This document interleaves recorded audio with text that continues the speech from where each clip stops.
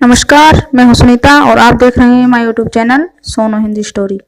तो आज की हमारी कहानी है वैशाख शुक्ल मोहिनी एकादशी व्रत कथा। तो चलिए शुरू करते हैं आज की हमारी कहानी को।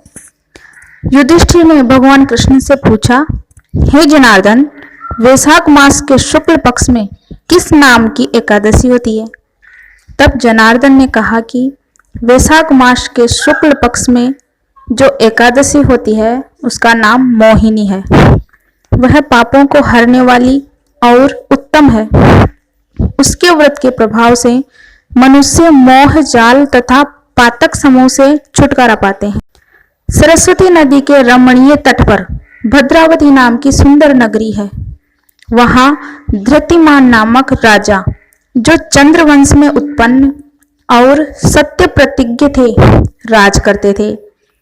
उसी नगर में एक वेश्य रहता था, जो धन धान्य से परिपूर्ण और समृद्धशाली था।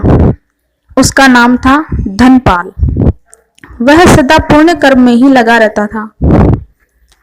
दूसरों के लिए पौंसला अर्थात प्याऊ लगवाना, कुएं खुदवाना, मठ बनवाना, बगीचा लगवाना, पोखरे खुदवाना और घर बनवाया करता था। भगवान श्री विष्णु के भक्ति में उसका हार्दिक अनुराग था। वह सदा शांत रहता था। उसके 5 पुत्र थे, सुमना, धुतिमान, मेधावी, सुकृत तथा धृष्ट बुद्धि। धृष्ट बुद्धि 5वां पुत्र था। वह सदा बड़े बड़े पापों में ही संलग्न रहता था। जुए आदि दुर्व्यसनों में उसकी बड़ी आसक्ति थी। वह वेश्याओं से मिलने के लिए लालायित रहता था। उसकी बुद्धि न तो देवताओं के पूजन में लगती थी और न ही पितरों तथा ब्राह्मणों के सत्कार में। वह दुष्टात्मा अन्याय के मार्ग पर चलकर पिता का धन बर्बाद किया करता था। एक दिन वह वेश्या के गले में बाहें डाले चौराहों पर घूमता देखा गया। तब पिता ने उसे घर से बाहर निकाल दिया तथा बंधु बांधवों ने भी उसका परित्याग कर दिया। अब वह दिन रात दुख और शोक में डूबा तथा कष्ट पर कष्ट उठाता हुआ इधर उधर भटकने लगा।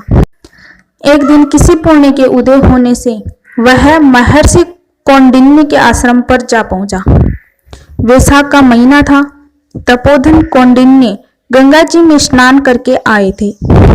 दृष्ट बुद्धि शोक के भार से पीड़ित हो मुनिवर कौंडिन्य के पास गया और हाथ जोड़कर सामने खड़ा होकर बोला, ब्राह्मण द्विज श्रेष्ठ, मुझ पर दया करके कोई ऐसा व्रत बताइए जिसके पुण्य के प्रभाव से मेरी मुक्ति हो।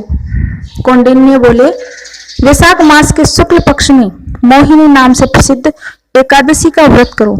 मोहिनी एकादशी का उपवास करने पर प्राणियों के अनेक जन्मों के किए हुए मेरु पर्वत जैसे महापाप भी नष्ट हो जाते हैं। मुनि का यह वचन सुनकर दृष्ट बुद्धि प्रसन्नचित हो गया।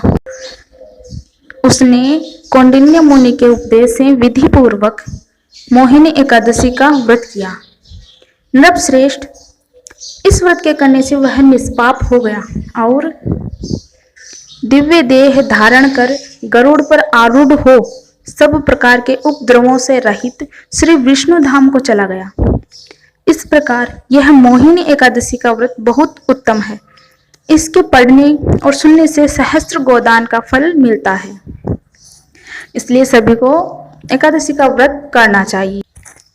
अगर ये वीडियो आपको पसंद आए तो लाइक करें, शेयर करें, सब्सक्राइब करें और साथ में बेल आइकन को प्रेस करें ताकि आने वाली वीडियो का नोटिफिकेशन आपको मिलता रहे।